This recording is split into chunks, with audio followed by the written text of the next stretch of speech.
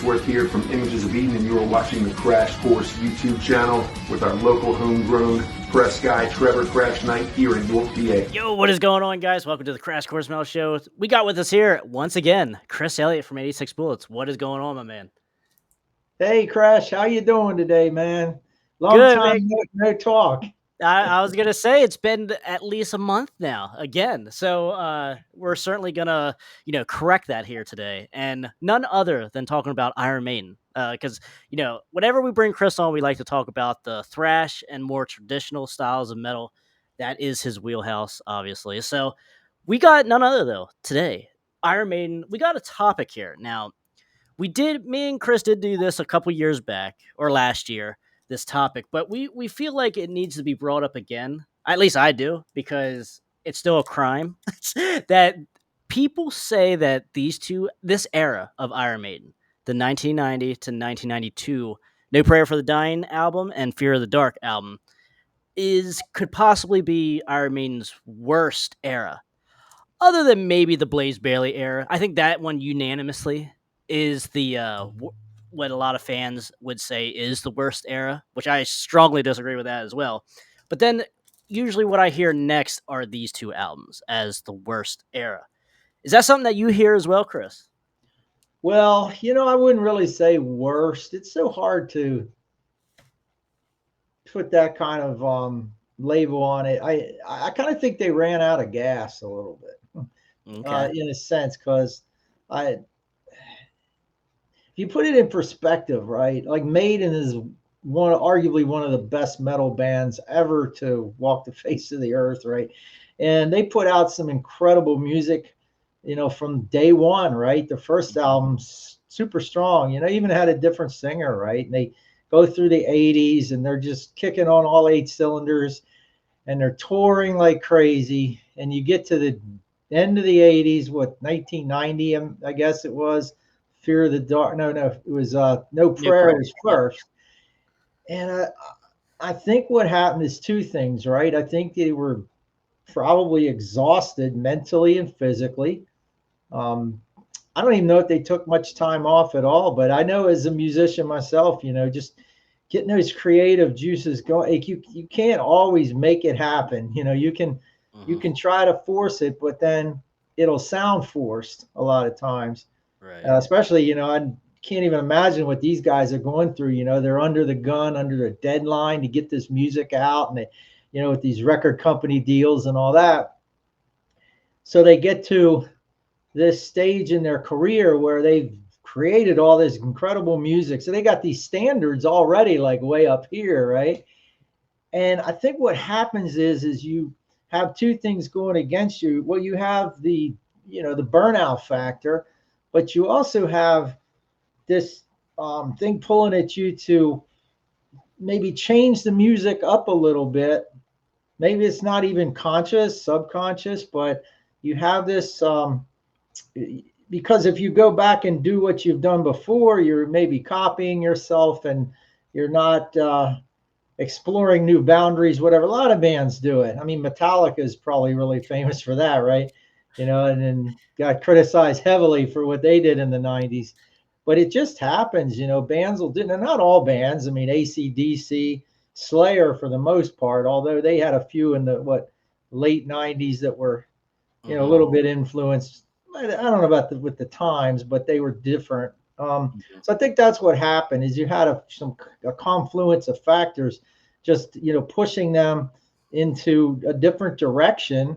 And maybe it wasn't totally in their wheelhouse because they're taking chances, but this is what you got. But I still think, like I had said before, is their worst song is better than 99% of the bands out there, their best song. So, you have a really high level to adhere to with this band. And I think that was a lot of pressure on them. And I think it just, combination of that and being a little bit burned out creatively and physically and all that just gives us what we got with those two records. But I don't think that they, they did their did the quality fall off a bit? I think it almost had to. It's like almost you just can't climb the mountain and keep climbing, and it's just inevitable that you're gonna have peaks and valleys in music. It's generally how it works. I mean, maybe not every band, but most bands it does. They have their best work, then they'll have maybe a dud or two, and then they'll come back and have something really good. So it doesn't ever seem to go real linear, like straight up the mountain like that. And I think that they were sort of a victim to that. Yeah. Yeah, that's good points. Like the extensive touring, as you pointed out, that plays a big part in it. Also, too, you had Adrian Smith leaving after Seventh Son and Yannick Gears coming in on guitar. And that kind of brought in a different like sound because Yannick Gears was more of like your early 80s, 70s rock type guitarist compared to Adrian Smith. Because Yannick Gears came from like Spirit and Ian Gillan from Deep Purple, his solo band from the early 80s. So you had that kind of going with like that's obviously going to bring a little bit of a different sound, and I think certainly with No Prayer for the Dying, you get a little bit more of that stripped down sound. Obviously, there's hardly any keyboards, if any at all, on this album compared to Seventh Son. And to another point that you said, like you're riding this great wave. And Seventh Son of a Seventh Son, how do you follow up that greatness? Like that album. Like that album is like one of their, in my opinion, their best. Mm. But obviously, whatever comes after that is going to feel lackluster, especially when you record it in a barn, Chris. When you're going from very well produced, polished Seventh Son of a Seventh Son and going to a barn and just you're obviously going what because Maiden even said like we wanted to sound more street level, and that does go hand in hand with what 1990 kind of sounded like in the hard rock and metal genre. Like everything was starting to go towards the sleazier, stripped down look, certainly in a hair metal sense of things, and even in the thrash metal deal. So I don't know. I think to your point, like obviously they were putting putting out albums left and right here, touring a year straight for Seventh Son and their other albums before that. And also, too, right before this came out, Bruce Dickinson put out his first solo album, Tattooed Millionaire, which is a really good album as well, which also had Yannick Gears on it. And like you said, the creative juices was Bruce Dickinson kind of having like one foot out the door already. That kind of seemed like it, especially once we get to the next album, Fear of the Dark. Then that's a total yes. But I don't know any of those points that you remember hearing back in the day. Yeah, well, that's a good point that you made about Bruce's solo album. And there's more creative energy that he spent doing that would take away from the next Maiden release. And it's like I keep thinking because I had this same experience recently. I did three solo albums within 3 years, or maybe it was 4 years, but I had to take a whole year break just to like get my mind straight. And then this year they started pouring out. I got tunes coming, but when I would try, so actually what happens is you get to a point where you just kind of know that you got to give it a break. And the problem is with where Maiden was, I don't think they could take a break. They had pressure by the record company. They had, management, you have to get out and tour, all this stuff. So, I mean, it's difficult. And, I'm sure it helps to have, 5 or 6 guys that are all chipping in with the writing. That's helpful for sure. Actually, I don't know. Maybe you've got that in front of you, but the writing credits, I forget there was, I don't know if it was which album it was, but you have certain members that would maybe not contribute as much or something like that. And, that would certainly happen too, where you'd have the bulk of it, maybe it was Steve Harris that pulled back. And so you have more writing by Bruce and, I guess it wouldn't have been Adrian for that record, right? But there is one song that Adrian is credited on this album, and that's Hooks and You. That's the only one that Adrian's credited with. And there's only one that's only Bruce Dickinson solo, and that's Bring Your Daughter to the Slaughter, which was written for Tattoo Millionaire Mm. and the Nightmare on Elm Street soundtrack. So that's, and Iron Maiden was like, oh, or Steve Harris, I guess, was like, oh, why don't we just make this an Iron Maiden song instead? And Mhm. that's basically what they ended up doing. So yeah, and there's a mixture of everyone then for the rest of the albums, or just solo Steve Harris. Yeah. So Well, yeah, you'll to your have that. I think we had when we talked about Judas Priest. I think it was Ram It Down, maybe the one with Johnny B. Good. yes, ram it down. Yep. My thought was, well, I think they did a really good version of that, but it's still a cover tune. So my Hmm. question is, did they not have enough original material? I know it was supposed to be an theme for a movie or whatnot, but maybe it's similar to this. Is that they're pulling songs that, well, maybe this is supposed to be for Bruce's solo album. Um, yeah, that's not necessarily a red flag, but sometimes you sort of have to scrape the barrel. Not that that's a bad song, although it did get panned. I mean, when it came out, critics were all over it, and like Hmm. what was it said, the worst song or metal song ever, or something like that. Yeah, it was the worst song of 1990. But what's weird is that it was the only Iron Maiden song to chart at number 1 in the Mm. UK. So like, it's weird. Like, I guess, like you said, critics hated it, but fans or radio liked it. Like, it's a weird dynamic with that song. Yeah, and it's a better than advertised. It's a good song, but Hmm. I don't know. Maybe it's just a little silly sounding. Bring Your Daughter to the Slaughter. It just even when you don't hear it, it just sounds a little silly. I think like that, but yeah, they were fighting an uphill battle, I think, and just to put all that together was pretty amazing. Just to have a decent record. I think they're both good albums. They have a few stinkers, well, stinkers, but Iron Maiden level stinkers, which are still pretty great overall. But there's a few that, I guess, let's put it this way: they were subpar compared to their best writing. There was a few more of those on these records, I think, than maybe arguably when they were really, hitting it on all 8 cylinders. Like I said before, in the mid '80s, the early stuff was just really Hmm. incredible. I mean, you couldn't find a bad song in like the first 3 or 4 records, I guess. Yeah. So there you go. Yeah, I agree totally. As far as like people saying like this is one of Iron Maiden's worst albums, this album has grown on me. Like, or I never hated this album. I'll say that I never disliked or hated this album, but like I go back to it and I kind of enjoy it. I kind of listen to both of these albums like always back to back because they're so similar. But I think Fear of the Dark is way better. Songwriting, just variety, what they do on the album. Just I think the production's a lot better as well.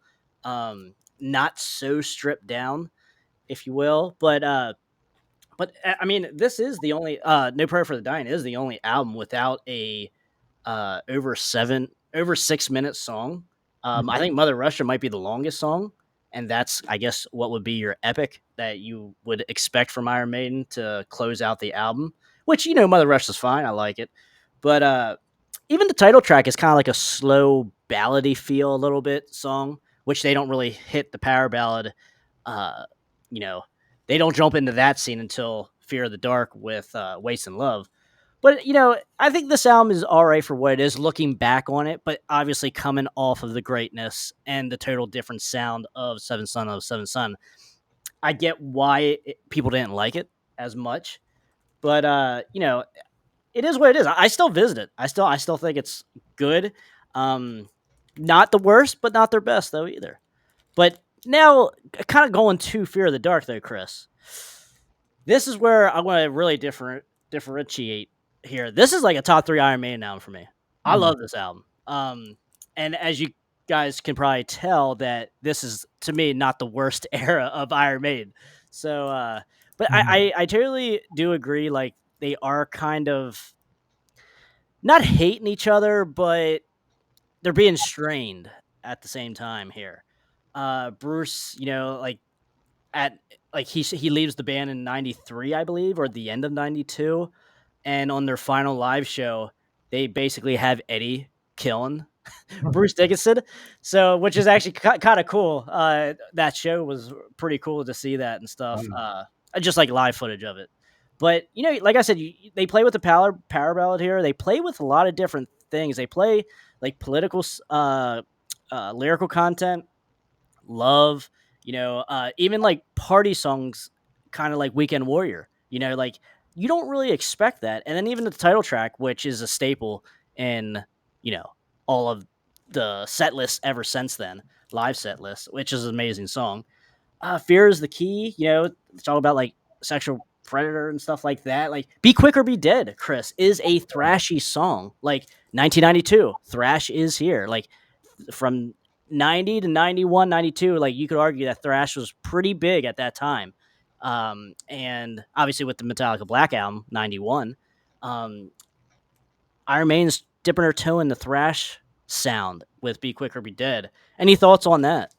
Yeah, no, you're right. That's a good song, and so is Fear of the Dark, the title track. Like it's a concert staple.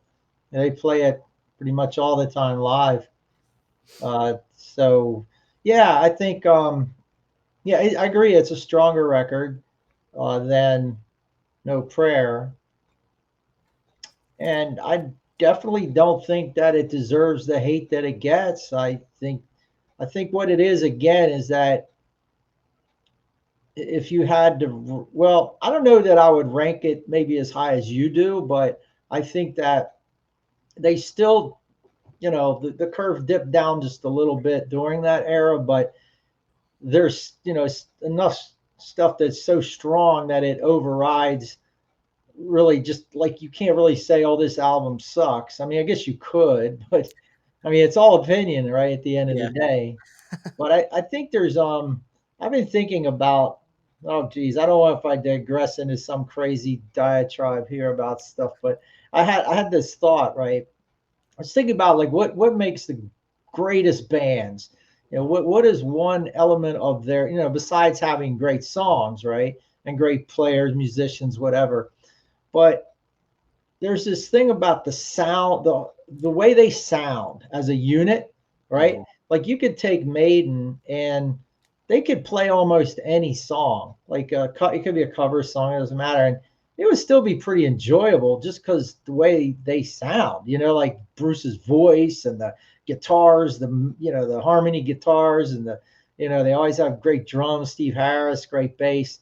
So, but the unit of it just has this sound. Like, for example, I was thinking about Senjutsu, where, there's mixed opinions on that. I personally like that a lot.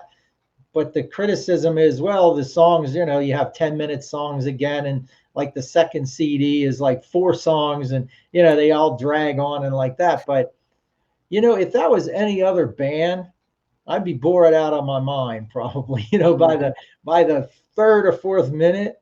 But since it's Maiden, I'm still pulled into it and drawn because of their sound. They can keep me entertained longer, even though, maybe some of it's repetitive and it could be pared down. But the fact that it's, I'm hearing it from Maiden and that they're a great band, there's that X factor, no pun intended. But there's that something else that draws you into it. And I think that these albums, they have that factor, obviously, because it is Maiden. You have a little bit of a change up. You don't have Adrian Smith there. Was he on? He wasn't on Fear of the Dark, right? No, he doesn't. He doesn't come back till Brave New World. Yeah, so you have him gone, and that, I think that's going to weaken the band, because I believe he was part of the sound of that band, not just some of the songwriting, but the guitar playing for sure. Mm-hmm. And you know how it is. I mean, think of any great band, and they very rarely go solo and are bigger than the sum of the parts. It's always that unit as it was. And the great bands, they realize that. I mean, look at Aerosmith. They broke up for a little bit back in the early 80s, late 70s, and then they realized that they were better together than apart, and they went for 30 some more years. So All right. that's seems to be the recipe. You have to kind of realize, even Motley Crue, I mean, they, hated each other, but they stuck around because, they, even with a great singer like John Corabi, they just couldn't get the traction, right? It just Right. was that sound with Vince Neil, for better or for worse, but it worked for them, and it spawned all the hits and all that. So, I mean, they're going to play stadiums with Vince. They're not going to play the stadiums with John Corabi. It's just the way it is, and I think they realize it. And of course, money talks, and you might hate each other, but there's a certain amount of money you can pay for different hotel rooms and all that, different limousines. So Yeah. there is a way around that when you're at that level.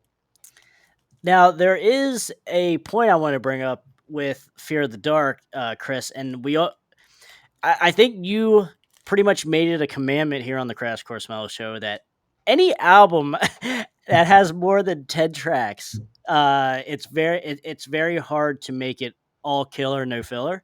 Mm-hmm. Kind of, if I defined that correctly.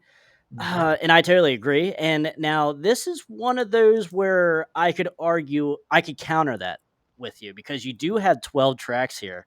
And this was Iron Maiden's first like double vinyl of their career up until that point. Hmm. And I don't think it would be hard for me to really take one song off. But that's my opinion. But I know people would take one or two songs off easy. But to me, though, I have fun with it. But at the same time, I could be like, yeah, this is over 50 minutes long. You could probably take one off, and it wouldn't change my life. But as it stands, I dig like all 12 of these tracks. Like I can listen to the whole album. I don't have no fatigue, really. But Mm-hmm. I don't know. Is there anything that you wanted to touch on as far as that commandment? Well, yeah, that's, I think that actually just strengthens my point that there might, let's say there's a couple songs. I'm sure that if you went and ranked those 12 songs, you're going to rank if some are going to be better than others, right? Like Hmm. they're not all perfect tens. Hmm. They're going to be a little bit of fall off on something here. Maybe not, maybe to you, not quite as much as someone else, but I think what it is if you hear a song that's a little bit subpar, the fact that it's Maiden, it just is a lot more pleasing to listen to. Yeah. Like they could write like what's quote unquote a dud to them, but it's still a killer song just because they're performing, delivering it, and they're such great songwriters. So I think your drop off isn't quite as much, but at the same time, you can have albums that are 12 songs. You could theoretically have 20 songs on a record, and it could be all killer, no filler, Hmm. possibly, but your odds are reduced really low when you have more than, well, what did we determine? 8 to 10 songs. Real 10's kind of the top, right? Right. Right. What do we talk about? Like Old Sabbath, for example, was it Master of Reality has like 7 songs or something like Hmm. Yep. ridiculous like that. It's like, well, you don't have much chance to have a bad tune when you have less. Could they save it for another release? Maybe. But I don't know. I think I have another theory about that too. I think sometimes bands are too close to their material and they tend to be like, oh, this is a great song, and maybe it's not really that great, but you just think it is because you're in the moment and you created it. And maybe you're not your best critic. If you guys enjoy this content that we're doing here, please like the video, please share it, and then please subscribe. That helps the channel out so much, just helps everything that we're doing here. And also leave me a comment as well. Always interested to see what you guys had to say. Now let's jump right back into this video. I want to throw another counter at you here, Chris, as far as having 12 songs on here. I think it works for me because there's variety on this album when it comes to Maiden. Because Mhm. there's like a lot of songs, like I kind of mentioned before, like they lyrically, there's different stuff here than what they normally do. And even sound, like I said, Be Quick or Be Dead is thrashy.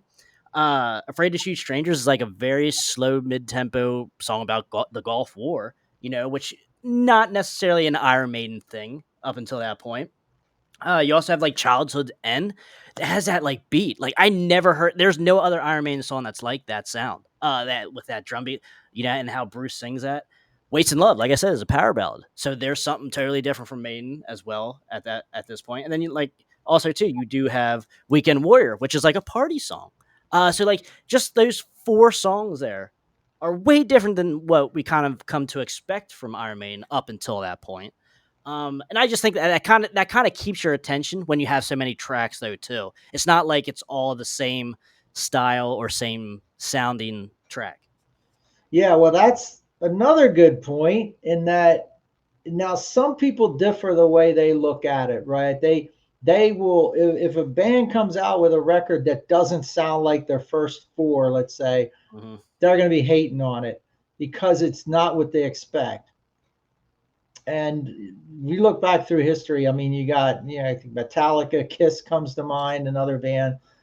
I'm kind of in the same camp as you, right? I like to have variety. Now, to a certain point, I mean, if they went and were doing like reggae or something or disco, you know what I mean? Yeah. Like, I mean, I would have to, I don't know if I'd quite be digging that, but as long as they're in the same ballpark, to me, it's actually a lot more interesting because if you wanted to hear Number of the Beast again, you just go back and listen to Number of the Beast. Yep. Now, Fear of the Dark is giving you a whole different palette of songs to listen to. And as I put it, ear candy. You have different things going on, different, maybe whether the songs are you have maybe the pace, to me, the pacing. And we actually differed on, I think it was Dio, when we talked about Lock Up the Wolves, Yeah. where my biggest contention with that, I always try to put my finger, why don't I like that album as much as I should? Because it's got all the elements. It's got a great, one of the best vocalists ever. It's got a great guitar player who didn't get enough credit at the time, Rowan Robertson, and his band was killer. And what it was to me was that it only had like 2 fast songs on it, and the rest are like mid-paced or slow tempo. And that's what it was. The pacing wasn't there. So, but if you have, like, for example, you have the thrashy songs, Could Be Quicker, Be Dead. You've got the ballady type of stuff. You've got the long epics like the title track. That's going to keep your attention going more than maybe, all the songs being fast. Now you can get away with that if you're Slayer, for example. What was the album? Rain and Blood. Yeah, Rain and Blood. It's so classic. Like every song is super fast. But think about it. How long is that album? It's 27 minutes long and it's got like 12 tracks, but they're all like, there's some that are 2 minutes long, 2.5 minutes. So you don't have time to get bored. You're just like slammed over the head. And that's kind of the whole time, right? Mm-hmm. But if that was like 60 or 70 minutes long, I'm not sure it would have the same. I don't know. That would be kind of interesting, but I don't know if it had the same effect. This is like you're getting bludgeoned with a sledgehammer for 27 straight minutes, and then, all right, it's done. Because that's all you need. You've got it all in one package. But yeah, I agree. And I think that the pacing and the different styles of songs, and that definitely will keep your attention better, and it'll make the album stronger. Usually, not always. Again, Right. exceptions. Yeah. Yeah. Okay. And then I wanted to bring up another point as well. Not as far as the track listings here, but are you surprised that neither of these albums went platinum? Does that shock you? Ooh. It shocks me in No. America now. Now, did 'Cause they never like eventually go like to this day, or they did any well, other? to this day, all I see on this is Wikipedia now, that both these albums did not only went gold in America. Well, that does surprise me. I would think at the time, I don't think that would be a shocker Yeah. Yeah, because and they were right. I agree because like 1992, this style of metal was certainly out the door. Hair metal certainly, but also like even your traditional metal bands and thrash metal bands were starting to change and not be as cool anymore as well. So like that, to your point, I do. It wouldn't shock me that this didn't go platinum day one or any of these platinums went platinum day one. So Yeah, yeah, to keep going as far as like it shocked me when I looked at that earlier. I was like, how is that Iron Maiden, one of the biggest metal bands of all time, and there's an album or two albums that just did not go platinum. That's crazy to me. Well, they've been more popular in recent years than ever. Hmm. Really, I mean, I don't, you know, that's something that honestly I would have to research. And I would do that. A great way to do that is just to go like on setlist.com or go to tour day. Just look up their tour and see what venues they were playing during what era. Right. And I'll have to do that. I should have done it before this, but I didn't think we would get to this part of the subject, I guess. But my question is, were they? I doubt they were playing arenas at the time. Maybe they were, playing more of the medium-sized clubs. I don't know. I know that some bands. I remember that, like Metallica is a good example. It's really interesting. You go on YouTube, and I did this one night where you go to like 1983, right? Live Metallica, and they're playing clubs. Hmm. Basically 84, yeah, medium clubs. I saw them in early 85 in a medium-sized strip mall club. So they were still playing clubs. And then you get to 86, they get the Master of Puppets tour opening for Ozzy on that tour. And now they're playing arenas, but they're the opening act. And Hmm. then by 1989, they were playing arenas by themselves. Like maybe not football stadium arenas, but they're playing like the basketball, the 15,000, 12 to 15,000 seaters. Yeah. So Yeah. nowadays they're playing, well, probably 30,000 plus, well, more with Yeah. the round. Football stadiums. Yeah. Yeah, you can get 71,000 people in most of those stadiums because Hmm. especially in the round because they don't have any backstage to block off Right. seats behind them. Now, as far as Maiden, they're playing like the 12 to 15,000 arenas, but then in some countries they'll be playing to 60,000 people or whatever. You've seen the videos in Rio and places like that. What was it, Mhm. 100,000 people out there? So they have a huge draw. So to not those albums, it does surprise me that nowadays through the 2000s and 2010s and Mhm. now the 2020s that they haven't now sold platinum on those records. Or is it just people like to go see them live and it's just the trend of today where people don't buy records as much? Maybe that's part of it. I don't know. Maybe. It also surprised me with how many reissues they did of every album, that because that still counts towards a sale. Right. And man, that kinda blows my mind. Hopefully, like, if anyone has any updated numbers other than Wikipedia that they could, like, source here, I would be very interested to see that, if it is updated and it is platinum, because it wouldn't shock me if it was platinum either. Like, that I was kind of expecting at least one time platinum, but Yeah, and I man. think the rules for platinum and gold and all that, like it was streaming is involved with that, but you have to have so many more streams than the Yeah. actual physical, media, like the CD or the vinyl, whatever. Mhm. It's a lot more complex than that. And I know for streaming, I don't know the formula, but you have to have a lot more streams to make up for like one album, let's say. So I'm not sure. Maybe more people are streaming it and they're not going out and buying the physical media. Of course, I'm totally opposite, being old, and you being Mid-age, yeah. an old head in spirit. You like the physical media too, and growing up in that era, it's just I love it. If I'm listening to music, I like to have something that I can look at or hold. Back in the day, you'd have an album and, you put it on the turntable and you'd sit there and read the liner notes. And that's how I learned who it was in every band. And, I could tell you, okay, who's the, guitar player or bass player in this band, who produced it, just because you're reading liner notes when you're Mhm. listening to the music. So, So let me throw this in here for context as well. So this is Fear of the Dark, the charts in 1992. It got to number 12 on the US Top 200 Billboard chart. It hmm, got to number 1 in the UK albums chart.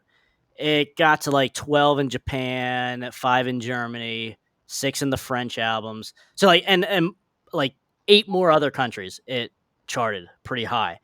And then in 2010, I guess that was one of the reissues. In Greece, it hit top 50. And then now in 27 to 2019 charts in 5 different countries, including the UK rock and metal albums, it got up to number 3. And so that just blows my mind that it only went gold then, if that's the case. Like with all these re-entries into the charts throughout the years, and how high it did actually kind of get on a chart in 92 as well. But remember, it's easier to get on the chart now. Well, not easier to get on the charts, but like a number 3 nowadays, the amount of units is still way lower than it was if you were number 3 in 1990. Mm-hmm.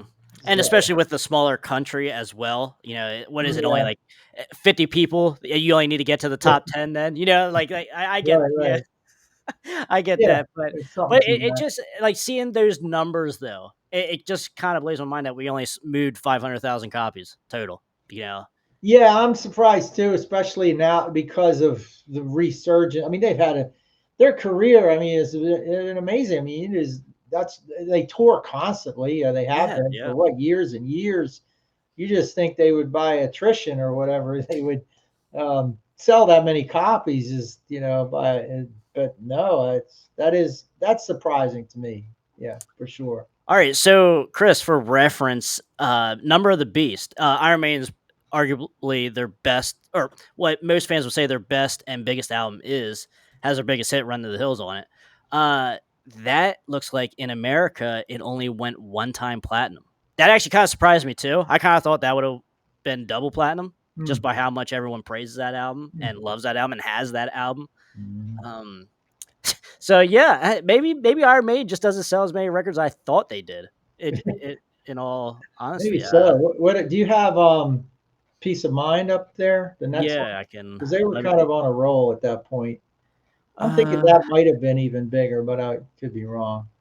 Let's see. Just 1 time platinum. Yeah. And then let me just go to what do you think? Somewhere in Time. Somewhere in Time. There. A good one. Well, that has Wasted Years on it. You know what I think it is? I think it's the singles. They don't really have that many singles, come to think of it, right? Or like, well, I don't know if they were singles, but like hit songs, quote unquote. What, from these 2 albums? Yeah, well, I don't think they had any, did they? Okay. I see what you're saying, like in their whole catalog. Yeah, okay. I mean, here while I'm looking at it, Somewhere in Time only went 1 time platinum. But yeah, as far as their like singles, I guess you would say Run to the Hills is probably their biggest song. Wasted Years, right? Okay, all right. Yeah, let me see. I think, right? That got some play. But they didn't really have that. Where Eagles Dare, maybe off of Peace of Mind. Man, I would say the Trooper was a bigger song than. Well, the Trooper maybe, but where Eagles Dare was that came out. That got some play too. But yeah, Trooper definitely. But these. So the song reached number 18. This is Wasted Years. The song reached number 18 in the UK singles chart, number 10 in the Finland and Netherlands. But yeah, I don't see nothing for like America. Yeah, nothing for America. Just they slayed in UK, obviously, but like, yeah, America though, nothing really doing for them. So maybe it's a miracle that they did go platinum then, with not having any real hit as far as mainstream radio goes. Yeah, I think it's the hits, because if you look at multi-hit albums, and they're like multi-platinum and all that. Like look at the Def Leppards, for example. They had so many AC/DCs, and they had so zillion. Yeah, AC/DC too, and even Metallica. Like One was pretty big. You know, Enter Sandman video, and Sandman, of course, blew them up. It's from a popularity point of view. I'm just saying, as far as you know, they were all over every radio, and you know, household names by then. You know, so Maiden, I guess, I think it probably did come down to the radio airplay, whatever and I think that's why they have such a big loyal fan base, is because they kind of never really sold out to that. You know, they never really achieved that part of. They were just a great band, and they had great songs, and when you're a fan of that, you feel. I mean, I don't know. You don't hear it that much, do you? Like, well, Maiden sold out. You certainly hear it with Metallica. Get Yes. trashed all the time. After Master of Puppets Yeah. and even Injustice for All is like, you know, I mean, I wouldn't. I hate would their certainly. things, but I would certainly say no for the Iron Maiden as selling out. There's not one album that I'm like, oh my god, this is totally trying to be on radio. I guess you could argue maybe they were trying to do that with some of the stuff on Fear of the Dark. You could argue that they were trying like Wasting Love with a power ballad, but or even like Wasted Years because that's very polished and well produced. But man, I mean, even then, that to me, that's not selling out. You know. yeah. Sometimes bands will have songs that are accidents. You know, they could, oh, this sounds like a sellout. No, I think they just were just trying something different, and it sounds like maybe it could be a single. It was just a catchy, good song that was shorter than 20 minutes or whatever, and it Hmm. just happens to be. I think you can tell. I think fans they can sniff that out. They can Yeah. tell when bands are trying to do something they're not or whatever. And I believe that Maiden has been pretty true to, you get what you're listening to. This is who it is. They're not faking it. Yeah. And there might be times where they got to that border, but you could still tell that it wasn't because they were trying to get on the radio. It was just they just happened to maybe try a different, like what with No Prayer for the Dying, that record. It Hmm. was a little more rock based or whatnot, so it didn't have the all the galloping rhythms like before. But that happens, sometimes you have to try new things. Okay. Yeah, I agree. Now, Chris, I want to put you a little bit on the spot. Then, so is this Iron Maiden's worst era then for you? Well, again, well, my opinion was that I don't think I don't look at it as the worst era. I just think it was different and maybe. Yeah, now let's clarify this though. Is this with Bruce or without? Any of the eras, any of the Iron Maiden eras.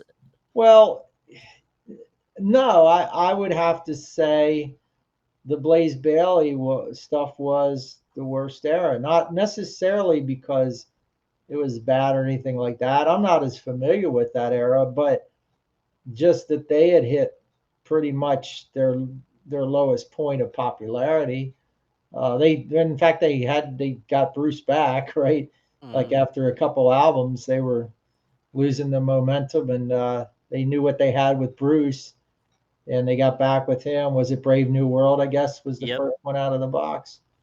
So I don't, I don't think so. I would have to say it's the Blaze Bailey era, but not necessarily that because the music was bad. It was just that they were. It was a confluence of just the worst time.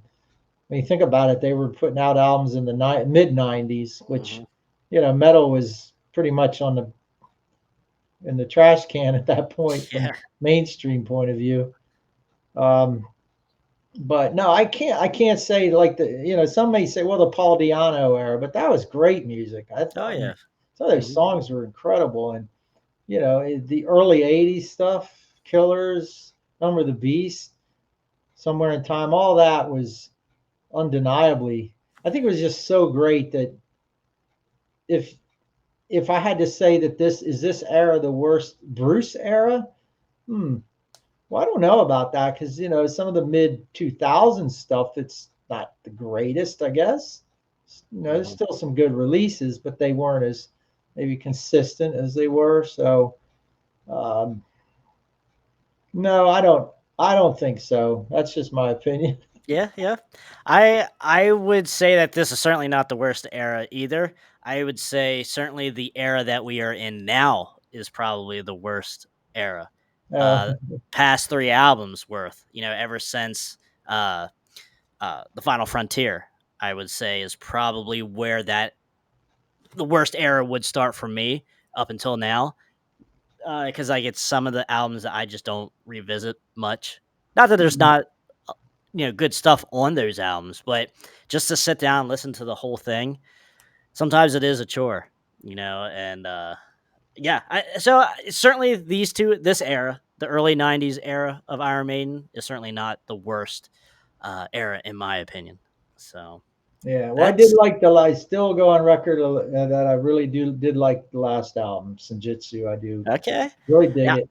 Um, I will agree and say that it does get better over time for me, because certainly Book of Souls got worse for me over time. So hmm, like, so it's kind of like, okay, but it's still a part of that same era. So it's just a net neutral gain, yeah, but nonetheless, though, I mean, like you said earlier, the worst Iron Maiden album, any metal band would kill to have that record in their catalog. So I think that's yeah, the best place to yeah. to finish it for Iron Maiden of the worst era episode. Mm, Anything, Chris? Anything else you wanted to say about this era? yeah, no. Hey, well, that it was kind of a strange place to be putting out music. Although, it would have been worse if it was a couple years later, like right when grunge hit. Yeah, Like, right when it was like even 92. Like if you, well, gosh, no, I guess 92 was. I mean, it's really when you think of like Nirvana's Nevermind is what everybody looks at as where the grunge, and that was like released in what, late 1991, or I think it was right. September of 91. Hmm. But it took probably 6 months to a year, I think it did, to gain traction where it, became blown up, and then other bands were, there's a whole scene that just started, and everybody wanted to sign Seattle bands, Hmm. that could, just breathe. If you could breathe and you were a band in Seattle, you got signed, whatever, because that's just what it was. But I don't think that really hit until, I don't know, maybe it was late in 92, mid 92, 93 ish, or something like that. So, if they were putting out a record in 92, I don't know, 90 was a little before all that, but it was still at the tail end of where hair metal, especially, and metal was sort of going on the outs. Remember, you did have like the thrash metal picked up, Hmm. was but people were kind of done with metal. It was definitely hitting a wall at that point, and it was getting ready to get crushed. They didn't know it though. You're right. It was Yep. like a year away or 2 years away, and they were going to all be playing bars again and maybe not having their record contracts. And so I think that might have been part of it too. I think that that's something not that they would have been influenced by any of that because it was written before it, but they were facing headwinds for sure at that Hmm. time. I think Yep. the Yeah. times they were a changing.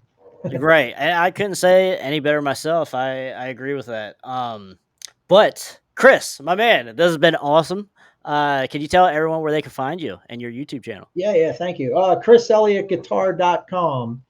I have all my socials linked there. My YouTube uh, channel. YouTube's Chris Elliott 980. But again, you can go to the website. That's two L's, two T's, and I got everything linked up there as well. So All right. All right, good deal. I will put Chris's tag for his YouTube channel down below in the description as well if you guys want to check him out. And Chris, this has been great. Thank you again for yeah, coming on, my man. absolutely, man. Thank you, and we'll talk again. Always good talking music and Yes. talking metal with you. It's always a Yes, sir. blast. Yes, sir. All right, guys. Let us know what you guys think in the comments. And is this Iron Maiden's worst era? What do you think Iron Maiden's worst era is if it's not this one? And until next time, guys, stay out of that collateral damage. That's Chris Elliott from 86 Bullets. I'm Krash. We will see you guys later.